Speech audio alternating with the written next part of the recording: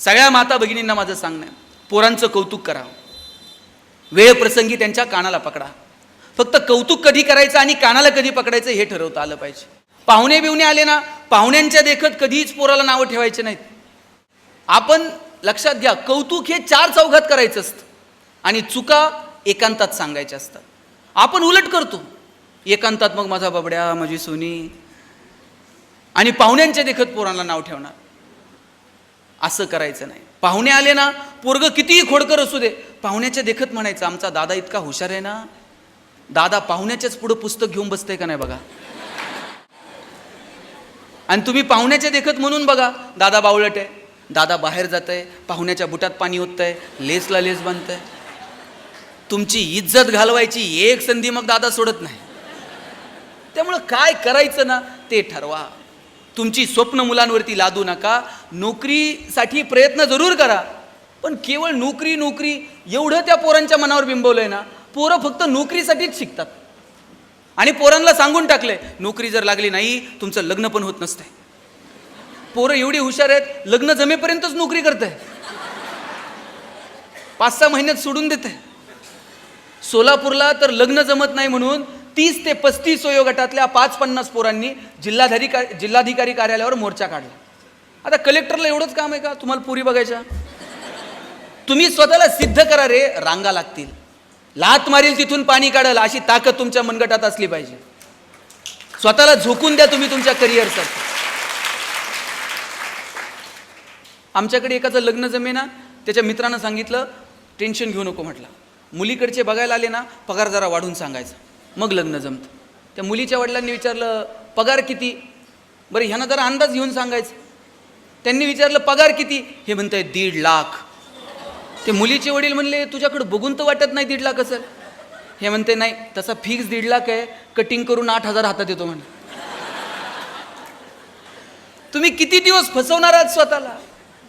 तुम्ही स्वतःला सिद्ध केलं पाहिजे. मुलांना शोधा तुमच्यामध्ये नेमकं काय. इथं बसलेल्या प्रत्येक मुलामुलीमध्ये काहीतरी वेगळेपण आहे, फक्त ते वेगळेपण तुम्हाला ओळखता आलं पाहिजे. ज्या दिवशी तुम्हाला, मी पुण्यात जेव्हा शिकायला गेलो, माझ्या सरांनी मला विचारलं गणेश तुला MBA कशात करायचं? मी म्हटलं मला ह्युमन रिसोर्स मॅनेजमेंटमध्ये MBA करायचं. प्रत्येकाला विचारलं. आमच्या वर्गात एक बोबडं बोलणारं पोरगं होतं, त्याला विचारलं तुला MBA कशात करायचं? हे म्हणताय मला मार्केटिंगमध्ये MBA करायचं. म्हटलं सर म्हटले तुला नीट बोलताय ना, तुझं बॅकग्राऊंड कॉमर्स आहे, तू फायनान्समध्ये MBA कर. पोरगं वर्गात उठून उभं राहिलं, म्हणला सल कलनाल तर मार्केटिंगमध्ये MBA कलनाल नाही तर शिकणार नाही. म्हटलं सर म्हटले तुला काय करायचंय ते कर, आपण परीक्षा घेऊ आणि शोधूयात कुणामध्ये मार्केटिंगचं टॅलेंट आहे. म्हटलं ठीक आहे. परीक्षा काय? 100 रामायणाच्या प्रती दिल्या. सांगितलं या रामायणाच्या प्रती बाजारात जाऊन विकून यायच्या. ज्याच्या सगळ्यात जास्त प्रती विकल्या जातील आपण समजूयात याच्यामध्ये मार्केटिंगचं टॅलेंट आहे, त्यानं मार्केटिंगमध्ये MBA करावं. म्हणलं 100 रामायणाच्या प्रती विकायला लागतंय काय? एक दिवसात म्हटलं सगळ्या प्रती विकून येऊ. आम्ही 8 दिवस बाजारात फिरलो. 9व्या दिवशी वर्गात आलो. सरांनी विचारलं गणेश 100 पैकी किती प्रती गेल्या? म्हणलं 4. राहुल 8, संतोष 10. मार्क मिळवणारी पोरं पण 20 पेक्षा जास्त प्रती कुणाच्याच गेल्या नाही. बोबडं बोलणारं पोरगं मागच्या बाकावर बसायचं. त्याला विचारलं तुझ्या किती गेल्या रे? म्हणला सल 100च्या 100 प्रती विकून आलो. म्हटलं सर म्हटले केलं काय? मार्केटिंगची कोणती स्ट्रॅटेजी, कोणतं रेफरन्स बुक? म्हणला काहीच नाही, मी लोकांच्या दालात जायचो, बेल दाबायचो, लोक बाहेर यायची, लोक बाहेर आली की समोर लामायण ठेवायचो आणि सांगायचं हे लामायण विकत घेता का वाचून दाखवू?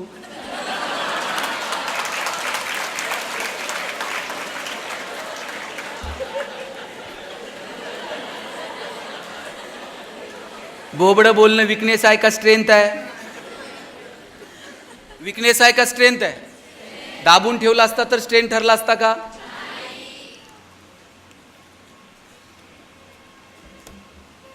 आपल्या प्रत्येकामध्ये काहीतरी वेगळेपण आहे, फक्त ते वेगळेपण मित्रांनो तुम्हाला ओळखता आलं पाहिजे आणि त्या दृष्टीनं प्रयत्न करा. आयुष्य एन्जॉय करा, फक्त ते जगत असताना त्यातली सात्विकता आपण कुठे विसरत नाही होत ना. मला वाटतं त्याचा विचार आपल्या मनामध्ये असला पाहिजे. आपले आई वडील, आपले बहीण भाऊ, आपलं कुटुंब, आपला समाज, आपल्या आजूबाजूची माणसं, मला वाटतं यांच्यासाठी आपल्याला काही करता येईल का, हा भाव मित्रांनो कायम तुमच्या मनामध्ये असला पाहिजे. तुम्ही खूप मोठे व्हा, पण तुमचं ज्ञान तुम्हाला समाजासाठी वापरता येईल का, ती देण्याची दानत तुमच्या हातामध्ये कायम ठेवा. विंदा करंदीकरांची खूप सुंदर कविता आहे. देणाऱ्यानं देत जावं, घेणाऱ्यानं घेत जावं, आणि घेता घेता एक दिवस तोडून घ्यायचे त्याचे हात. मग त्याच्या हातामध्ये जी देण्याची दानत आहे ती आपल्या हातामध्ये आली पाहिजे. हिरव्या पिवळ्या डोंगरांकडून हिरवी पिवळी शाल घ्यावी, सह्याद्रीच्या कड्याकडून छातीसाठी ढाल घ्यावी, वेड्या पिशा ढगांकडून वेडे पिसे आकार घ्यावेत, मातीमधल्या प्रश्नासाठी पृथ्वीकडून हुंकार घ्यावेत, उसळलेल्या दर्याकडून पिसळलेली आयाळ घ्यावी, आणि शांत वाहणाऱ्या भीमेकडून तुकोबाची माळ घ्यावी. देणाऱ्यानं देत जावं, घेणाऱ्यानं घेत जावं. भगवंतानं दोन हात दिलेत. एक हात जर घेण्यासाठी दिला असेल तर दुसरा हात देण्यासाठी दिलेला आहे. कायम आपल्यामध्ये तो भाव असला पाहिजे. खूप मोठे व्हा, ज्ञान विज्ञान तंत्रज्ञान स्वीकारा, भौतिक चीजवस्तू तयार करा, साधनांची निर्मिती करा, पण तुमच्यातला सेवाभाव मात्र मित्रांनो कधीही कमी होऊ देऊ नका. गाडगेबाबांच्या गावाला जाऊन आलो. गाडगेबाबांचं एक पुस्तक माझ्या वाचनात आलं. किती त्रास आणि किती संकटातनं ही माणसं मोठी झाली. मित्रांनो, जास्त वेळ तुमचा घेणार नाही, तर शेवटचे 5 मिनिट नीट लक्ष द्या. आज जर तुम्हाला आणि मला आपली सामाजिक आणि आर्थिक परिस्थिती जर पोरांनो बदलायची असेल ना, तर आपल्यासमोर शिक्षण सोडून दुसरा पर्याय नाही, ही गोष्ट लक्षात ठेवा. म्हणून या आयुष्यातली ही जी पुढची 5-10 वर्ष आहेत ना, ही गांभीर्यानं तुम्ही तुमच्या शिक्षणाकडे बघा. आत्ता तुम्ही टवाळ्या कराल, आत्ता तुम्ही अभ्यासाकडे लक्ष देणार नाही, आणि मग मात्र पुढचं सगळं आयुष्य खडतर आहे, हे लक्षात ठेवा. आत्ता जर तुम्ही प्रयत्न केले, आत्ता प्रयत्नांची पराकाष्ठा केली, तर पुढचं आयुष्य मात्र सुखाचं आणि समृद्धीचं जाईल. ज्ञानाला दुसरा पर्यायच नाही आहे. डॉक्टर बाबासाहेब आंबेडकर मुंबई प्रांतातून निवडणुकीला उभे राहिले, यश मिळालं नाही. बंगाल प्रांतातून निवडणुकीला उभे राहिले, निवडून आले. भारत पाकिस्तान फाळणी झाली आणि बंगाल प्रांत पाकिस्तानला जोडला गेला. आता जर डॉक्टर बाबासाहेब आंबेडकरांना घटना समितीचं सभासद व्हायचं असेल, तर पहिल्यांदा ते भारताच्या सभागृहाचे सभासद असले पाहिजेत. भारताच्या सभागृहाला डॉक्टर बाबासाहेब आंबेडकरांची गरज भासली. मुंबई प्रांतातून बॅरिस्टर जयकरांनी राजीनामा दिला. तिथे डॉक्टर बाबासाहेब आंबेडकरांना उभं केलं, निवडून आणलं, आणि मग डॉक्टर बाबासाहेब आंबेडकर घटना समितीचे सभासद झाले. केवळ आणि केवळ ज्ञान, ज्ञानाला पर्याय काय. अब्दुल कलाम साहेब हो, काल यान जेव्हा चंद्रावरती पोहोचलं तेव्हा आम्हाला कलाम साहेबांची आठवण आलीच की नाही. अहो, राष्ट्रपती पदाचा कार्यकाल संपला, 2 बॅग हातात घेऊन बाहेर पडले हो. आमच्याकडं तर आता काय सांगायचं, न बोललेलं बरं. राष्ट्रपती राहिलेले व्यक्ती, राष्ट्रपती पदाचा कार्यकाल संपला, 2 बॅग हातात आहेत. एका बॅगमध्ये महत्त्वाची कागदपत्र, 2 डायऱ्या, एका बॅगमध्ये एखादा ड्रेस. आणि जेव्हा एक फोटो व्हायरल झाला होता, माजी राष्ट्रपतीला सुद्धा मोठी सिक्युरिटी असते, पण एका निवडणुकीला मतदान करायला कलाम साहेब गेले तर रांगेत उभे राहिले होते सर्वसामान्य माणसासारखे. इतकं जमिनीवर आपण राहिलं पाहिजे पोरांनो, लक्षात घ्या. विद्या विनयेनं शोभते. तुम्ही कितीही मोठे झालात, पाय मात्र तुमचे जमिनीवर असले पाहिजेत. आदबीनं तुम्ही अहो, ते अमिताभ बच्चन कम्प्युटरला पण कम्प्युटर जी म्हणताय, आपण घरात जी म्हणत नाही. किती आदब आहे, किती विनम्रता आहे. आणि कलाम साहेबांनी मिसाईल वगैरे तयार केले. तुम्ही कलाम साहेबांचं पुस्तक वाचा. सामान्य कुटुंबात जन्माला आलेली एक व्यक्ती, पण कलाम साहेबांना वाटलं की ज्यावेळेस आपण अँजिओप्लास्टी वगैरे करतो, स्टेन वापरतो, ती स्टेन महागडी आहे आणि ती परवडणारी नाही सामान्य माणसाला. सुट्टी काढून त्या स्टेनवरती कलाम साहेब काम करत राहिले. सामान्य माणसांची दुःख शोधली पाहिजे, त्याच्यासाठी आम्हाला आमचं ज्ञान वापरता येईल का, हा विचार आम्ही केला पाहिजे. आणि कायम सेवाभाव तुमच्या मनामध्ये असला पाहिजे. मी गाडगेबाबांचं उदाहरण सांगता सांगता राहिलो. गाडगेबाबा, मी पुस्तक वाचलं, बाबांचं नाव डेबू. मालक आज जेवत होता, दिवाळीचा सण होता, आणि डेबू असा दारात उभा आहे. जेवणाऱ्या मालकाकडे गाडगेबाबा बघत होते. मालकानं विचारलं, डेबू काय बघून राहिला? बाबा म्हणले, काय नाही जी, तुम्ही जशी तुपासंग पोळी खाताय ना, तशी मला पण खायची जी. मालक म्हणला, तुला पोळी खायची आहे, हात पुढं कर. बाबांनी असे हात पुढं केले. मालक आतून बाहेर आला. हातात काट्याचा फोक होता. काट्याच्या फोकानं बाबांचे हात फोडून काढले. काटे असे हातात शिरले, हात रक्तबंबाळ झाले आणि बाबा असे दगडावर जाऊन बसले आणि हातातले काटे काढत होते. रस्त्यानं जाणाऱ्या एका माणसानं विचारलं, डेबू काय करून राहिला? काय नाही जी, मालकानं दिलेली पोळी तुपासंग खातो ना जी म्हणले. पण बाबा म्हणले नाही की मालकाने मला मारलं. हाच डेबू जेव्हा गाडगे बाबा झाले, पंढरपूरला जर गेले, घाई घाई पांडुरंगाच्या दर्शनाला जायचे नाहीत. पहिल्यांदा खराट्यानं सगळं वाळवंट साफ स्वच्छ करायचे आणि आल्या गेलेल्या लोकांना म्हणायचे, बाबांनो स्वच्छ राहा, ही नदी स्वच्छ ठेवा, इथलं वाळवंट स्वच्छ ठेवा. एकदा एक व्यापारी बाबांकडे आला आणि म्हटला, बाबा माझ्या गावात मला तुमचं कीर्तन ठेवायचं. बाबा म्हटले, तू मोठा व्यापारी आहे, मी येईल की तुझ्या गावात कीर्तनाला, पण माझी एक अट आहे. म्हटले काय अट आहे? म्हटले मी कीर्तनाला येईल, पण सगळ्या गावाला पुरणपोळीचं जेवण खाऊ घालशील का? बाबा तुम्ही येणार म्हटल्यावर एक काय, 10 गावाला पुरणपोळीचं जेवण खाऊ घालतो की म्हटला. बाबा गेले, कीर्तन उभं राहिलं, कीर्तन संपलं, लोकांनी पंक्ती धरल्या. बाबा स्वतः त्या पंक्तीत उतरून लोकांना पुरणपोळी वाढत होते. सगळ्यांची जेवणं आटपली. बाबा जायला निघाले आणि ज्यानं कीर्तन ठेवलं तो पळत गेला आणि म्हणला, बाबा चला 2-2 घास आपण पण खाऊन घेऊ. बाबा म्हणले, पुरणपोळी खायची हौस लहानपणीच फिटली, घास आता गिळत नाही. आणि बाबा पुढच्या गावाला जायला निघाले. बैलगाडीत बसायला लागले. बैलांची खपाटीला गेलेली पोटं बघितली आणि बाबा म्हणले, बैल कुणाची र? म्हणले अमुक अमुक्याची बैल आहेत. त्याच्या जवळ गेले, त्याच्या दंडाला चिमटा घेतला आणि म्हटले, तुला तर लय रगत दिसून राहिलं, मग बैलांच्या पोटाकडे का बघत नाही? बैलांच्या पोटात काही नाही म्हणून बाबा पायपाय दुसऱ्या गावाला निघून गेले. काय संवेदनशीलता, काय सेवेची वृत्ती, हे डोळ्यातलं प्रेम कायम आपल्या जिवंत असलं पाहिजे मित्रांनो. नाहीतर तुम्ही कुठेही गेलात आणि तुमच्या डोळ्यात जर प्रेम जिवंत नसेल तर आपण माणूस नाही, आपण यंत्र होत चाललेलो आहोत असं समजावं. यान गेलो चंद्रावर, पण शेजारी राहणाऱ्या माणसाबरोबर प्रेमाचे संबंध नाही निर्माण झाले. हातात 2-2 मोबाईल आले पण आमचं बोलणं सुधारलं नाही. रस्ते सिमेंट कॉन्क्रीटचे झाले पण आमचं चालणं सुधारलं नाही. आजही संध्याकाळी निम्म्या लोकांना 7 नंतर चालता येत नाही. रस्ता सुधारून उपयोग नाही, चालणं सुधारलं पाहिजे. आम्ही नेमकी कशात प्रगती मोजणार आहोत? मला वाटतं या दृष्टीनं मित्रांनो आपण विचार केला पाहिजे. आयुष्य पुढे पडलंय, आत्ता टवाळ्या करण्यात, नको त्या गोष्टींच्या नादी लागण्यात वेळ वाया घालू नका. मोबाईल वापरा, पण किती आणि कशासाठी वापरायचा हे ठरवून घ्या. पालकांनी घरी गेल्याबरोबर पोराच्या हातातला मोबाईल हिसकून घेऊ नका. लगेच ते देत मोबाईल घेत असताना त्याच्या हातात तुम्हाला पुस्तक द्यावं लागेल, त्याच्या हातात दुसरं काहीतरी खेळणं द्यावं लागेल आणि पहिल्यांदा आपल्याला आपली पण सवय थोडीफार कमी करावी लागेल. एकादश वगैरे जशी धरता तसा मोबाईलचा उपवास करायला सुरू करा. महिन्यातून 1 दिवस असा ठेवा, फक्त इन्कमिंगच उचलायचे, फार इमर्जन्सी असेल तरच आउटगोईंग. असं एकदा सवय लागेपर्यंत तर करून बघा. नाहीतर तासनतास विनाकारण लोकांशी बोलण्यात आम्ही वेळ वाया घालवतो.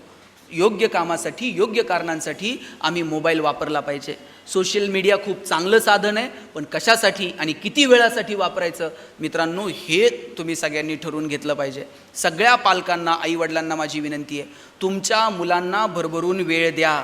मुलाबाळांसोबत तुमचे स्पर्श ठेवा. एक काळ होता, मुलगा रडायला लागला का आई त्याला जवळ घ्यायची आणि आईनं जवळ घेतलं तर पोरगं रडणं थांबवत होतं. आता पोरगं रडायला लागल्यावर आई काय करते? हे सांगा रे पोरांनो, आई काय करते? ऐकलं का परत सांगायचं एकदा? वा रे पठ्ठ्या.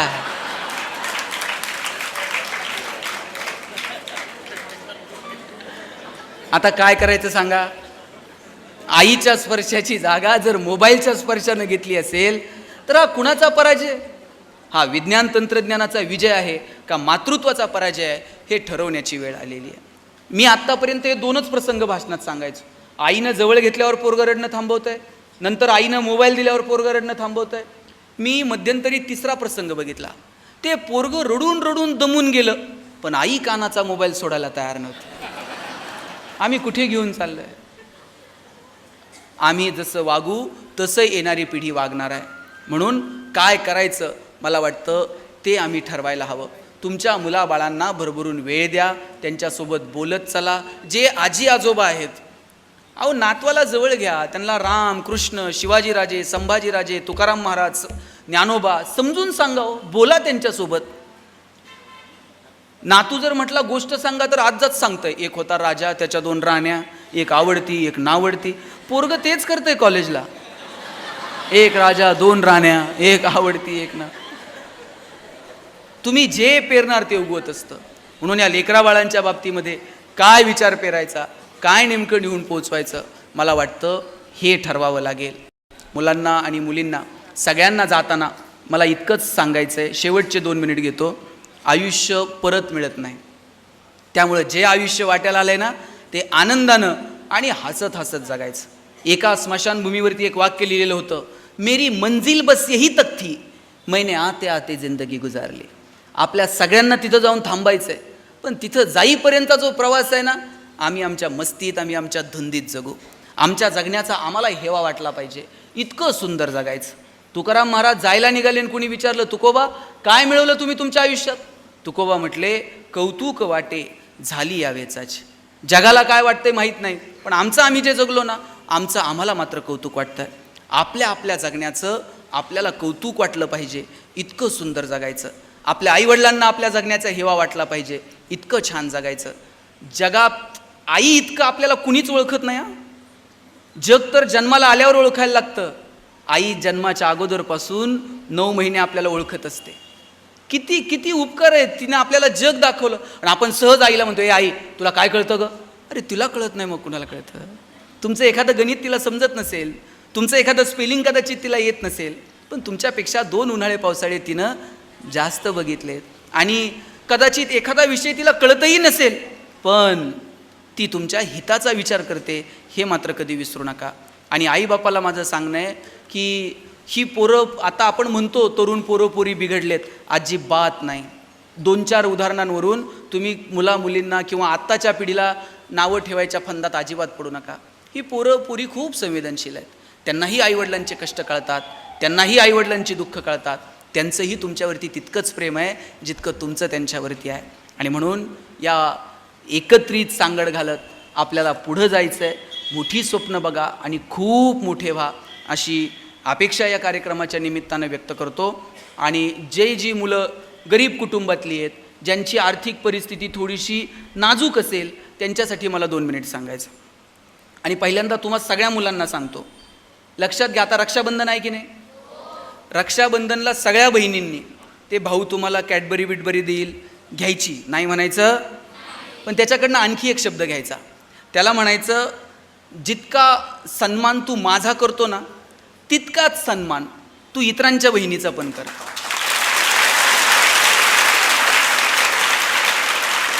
म्हणजे कोणत्या बहिणीसाठी मोर्चे काढावे लागणार नाहीत, कॅन्डल मार्च काढावे लागणार नाहीत.